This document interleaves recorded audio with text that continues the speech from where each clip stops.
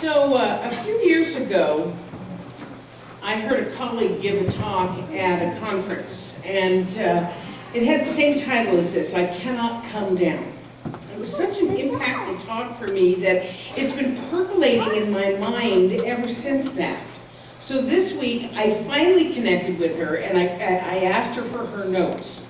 And here's the interesting thing about this, is that what I remembered about the talk and what she actually talked about were actually not the same thing.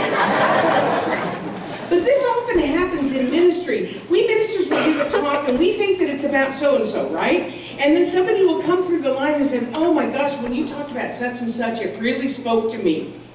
And we're like, really? That's what you thought the talk was about? That's not what I meant at all. But the beauty is that we hear things that we need to hear in the way that we need to hear them. You understand what I'm saying? Because each one of us is unique and different, and each one of us has our filters that come through. So when we hear something, I might be meaning something like this, and you're hearing something that is personal to you because it's come through your filters, even if it's not what I intended.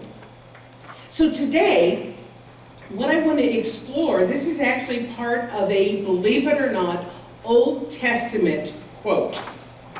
And that's funny because what I want to tell you, especially you new people, I am so not a Bible person. I really misquote it often. And when I tell the stories in it, I put my own spin on it. So, you know, they're a little mixed up. But I'm going to try. I'm going to give it a shot here. So here's the quote, and it is from Nehemiah 6:3. And the quote is, I am doing a great work, and I cannot come down.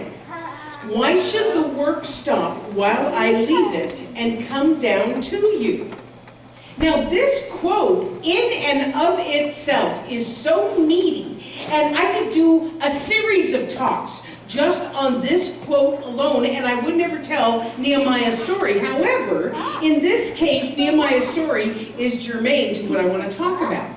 So how many, any Bible people here? Do you know who I'm talking about? Yeah, a few people. Boy, not as many. Okay, cool. Oh yeah, okay, one sec. So, 1, 2, 3, 4. Okay, so you're in the right place. Okay, so Nehemiah was a slave. He was a Jewish slave, and he was in service to the king at that time. And even though he was a slave, he had this fairly exalted job of being the wine taster for the king. Kind of like our modern day yeah, that guy. Say it again? Sommelier. I was going to say sommelier, but then I went to Google to listen to it, and it was a little Googled, and so I couldn't really, so I'm glad you guys know what I'm talking about. So the wine guy, right? Okay. So even though he was a slave, and he didn't have the freedom to come and go, because of this position that he was in, he was actually a trusted friend, and he was an advisor to the king. Well, one day, Nehemiah was talking to a friend of his, and the friend had just returned from Jerusalem.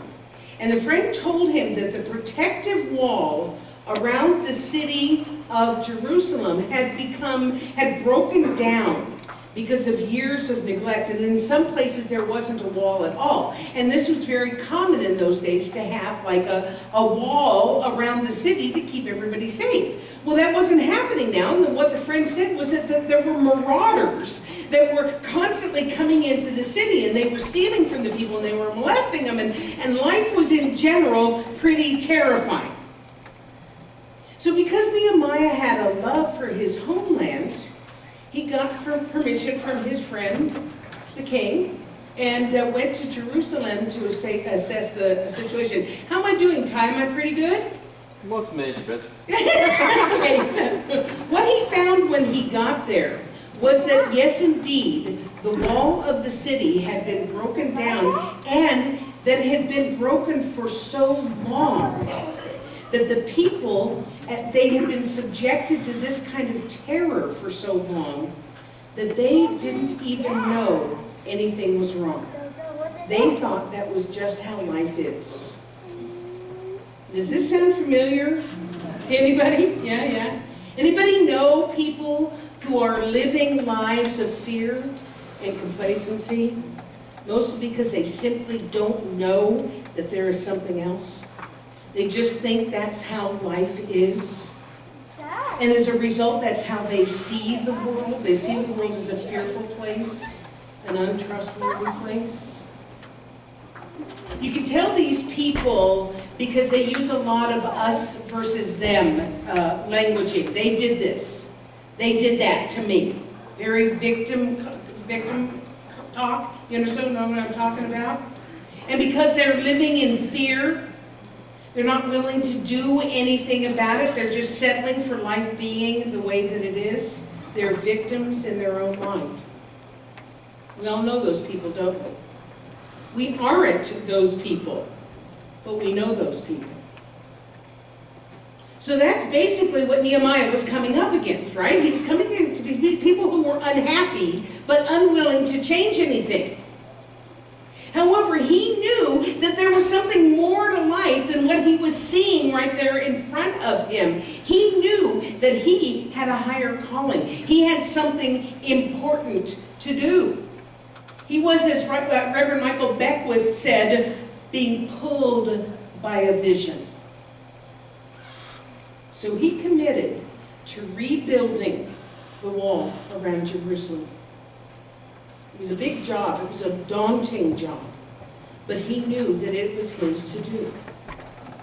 So he enlisted some of the others who had started to believe in the vision as well, and they began rebuilding the walls to the city. Now, I'd like you to think for just a few moments about what happened for you when you first began to realize that life was more than what you were experiencing. Maybe you read something, maybe you heard something, maybe you experienced something that resonated so deeply within you that you were changed at the core. You know what I'm talking about here? And you didn't know what it was, you just knew that there was something more for you in life. So you began to think differently, you began to do differently, you began to act differently. Instead of breaking things down with negativity and resentment and fear and victimhood, you started building things up with positive thinking and prayer work and spiritual work. You started being kind and compassionate.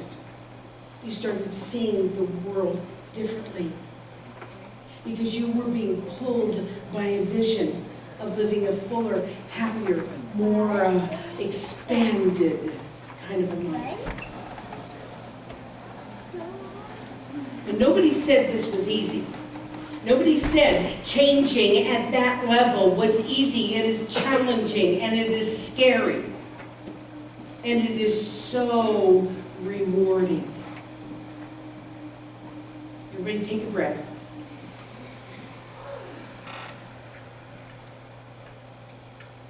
So now back to my story about Nehemiah. Once he started rebuilding the wall, making pretty good progress on it, the marauders who had been terrorizing the people of Jerusalem began to take notice. And they didn't like it one bit, because they were seeing that this was happening and they were not going to be able to maraud anymore. They were not going to be able to get in there anymore. So at first, what they tried to do was defeat Nehemiah by force. They tried to tear down the wall, and they tried to turn his workers against him, and they spied, and they were doing all this kind of subterfuge, right? And does that sound familiar at all? Yeah. Do you have any marauders in your life? Yeah. People who feel threatened by the new you? Yeah.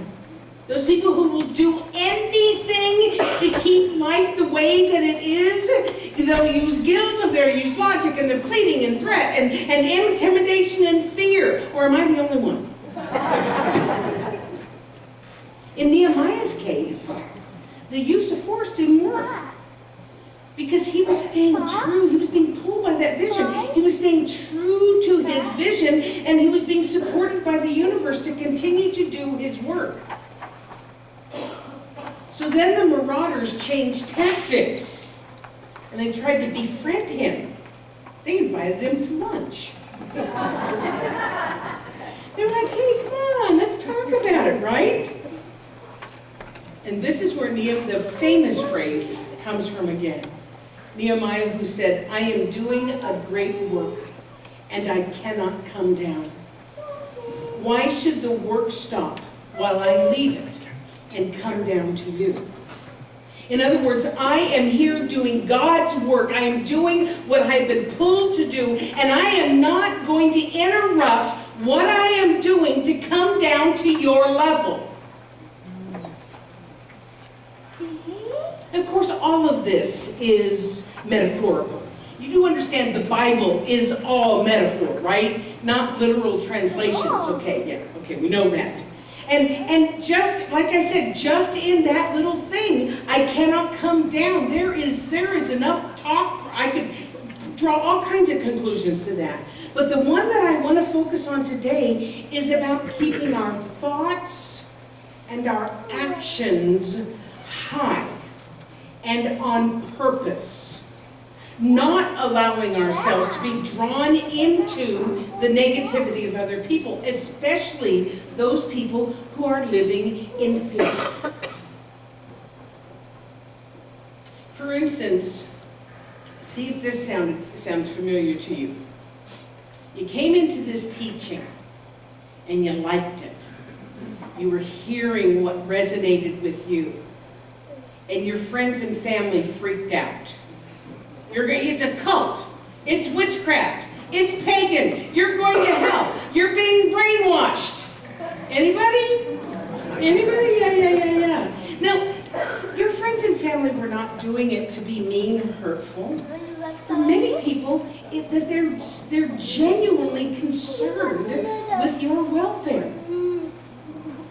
But then you have the other ones who see you changing, and it threatens the status quo. For them, because you're changing and growing, it shines the light on the fact that they might not be. So in some cases, they may be trying to subvert your growth with guilt and threats and manipulation. A fairly well-known analogy or illustration of that is the crabs in the bucket analogy. Have you heard this one before? The story goes, a man's walking down the beach and he sees a fisherman there, and the fisherman's got his bait bucket next to him. And the man walks by and he sees that the bait bucket didn't have a lid on the top of it, and that there were live crabs in there. And he said, well, why are you not covering your bait bucket with the live crabs? Because they might escape. And the fisherman said, no, you don't understand. He says, yeah, if there was one crab in the bucket, then he'd get out very quickly.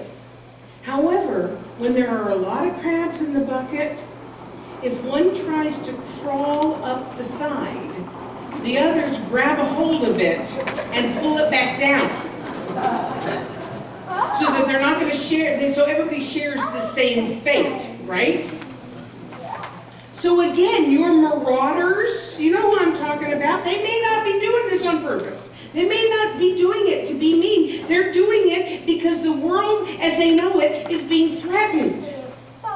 So when we do our work, our spiritual work that we came here to do, when we're doing that where we're being pulled by the vision, it is incumbent upon us to not allow others to take us away from what we're doing. In other words, I am doing a great work and I cannot come down. The good news is, when we stay true to ourselves, when we stay true to the work that we are doing, sometimes it inspires other people to grow and expand as well. As Marianne Williamson put it, it gives other people permission to grow. When I first came into the teaching, my family thought it was just another one of Pat's whims. You know, I had a lot of them. But then they saw me growing, and they saw me changing. And when I became a minister, my sister Beth, whom you will meet in a couple of weeks, started taking classes with me. And she became a practitioner. And she's a leader in this movement in Southern California now. My brother, the doctor, I knew I had arrived When my brother, the doctor, asked me to perform both of his daughter's weddings and plan our parents' memorial services. So people do come around. They see you. We lead by example. Now there is another example of marauders that sometimes show up in our lives as well. And this is the marauders of addiction and unhealthy habits. Sometimes when we start to grow and we start to change, those old behaviors try to hold on for dear life, kind of like the crab. You know, they don't want to change that old behavior. How many of us have tried to stop a bad habit, smoking, eating, drinking, gambling, anything like that, only to allow ourselves to get sucked back into the behavior at the smallest provocation? Or is that just me? Okay. Because I know for myself that I allow that overeater monster, you know, the one that says, oh, come on, one more word. Yeah, one bag of cheesies, you know? So I allow that overeater to pull me down more often than I like to admit. So when I start to feel that urge to overeat or to eat something that I know is not good for me, I need to, and this talk is every bit as much for me as it is for you, I need to say to myself, I am doing a great work and I cannot come down. In other words, I am doing something healthy for myself and I am not going to allow a temporary fix to distract me. If this resonates with you, say this with me. I am doing a great work and I cannot come down. Yeah? Say it again like you mean it. I am doing a great work and I cannot come down. Woo-hoo! Yeah. Okay, so, because Ernest Holmes says we spend far too much time in theory and not enough in practice, here are a few tools for you. The first one, recognize that you are indeed doing a great work by cultivating your spirituality. Sometimes we think that spirituality is not as important as other parts of our lives, like our jobs and our relationships and our health and play and everything else. And yet what the Master Teacher Jesus told us is that when we seek the kingdom, all else is added. In other words, when we make our spiritual growth and our relationship with the God within, and we make that our highest priority, everything else just falls into place. So realize that this life you are living is a great work. The next one is strive to keep negativity out of your lives. You know, I harp on this a lot, but we spend an awful lot of time watching the news, and it's almost always bad, right? So when we do that, we are coming into lower base thinking. We're coming down off of the mountain or the wall or everything into lower base thinking. Because here's the truth, folks. This is the honest God truth. There are 8 billion people on this planet. And you and I all know that there are much, much more good news than bad news in the world, right? But it doesn't sell. Our media focuses on the bad, and as a result, many people think that's how the world really looks. But it's not true. It is lower base thinking. Don't come down to it. Refuse to engage in gossip and negativity with your family and friends. You know, this is a hard one. Yeah, gossip is just so juicy.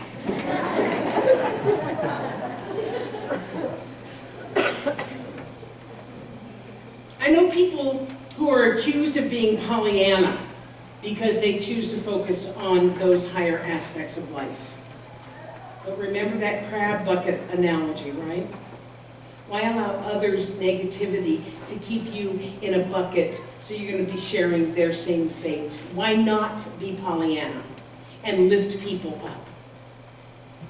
They may not like it, but they can't help but be affected by it. The second to the last one, say no to behaviors that don't serve you. Don't serve the new you. As we talked about a few weeks ago, sometimes it's necessary to employ one day at a time, 1 minute at a time, 1 hour at a time. It truly is high consciousness work to make those choices. And finally, practice, practice, practice. Whatever your form of spiritual practice is, whether it's meditation or prayer or going to yoga or spending time in nature or taking classes or hanging out with your friends or exercising or whatever that is, do that. Do that thing. And when you don't want to do it anyway. Staying consistent with our practice is a surefire way of ensuring that we don't come down from our great work that we are here to be and we're here to do.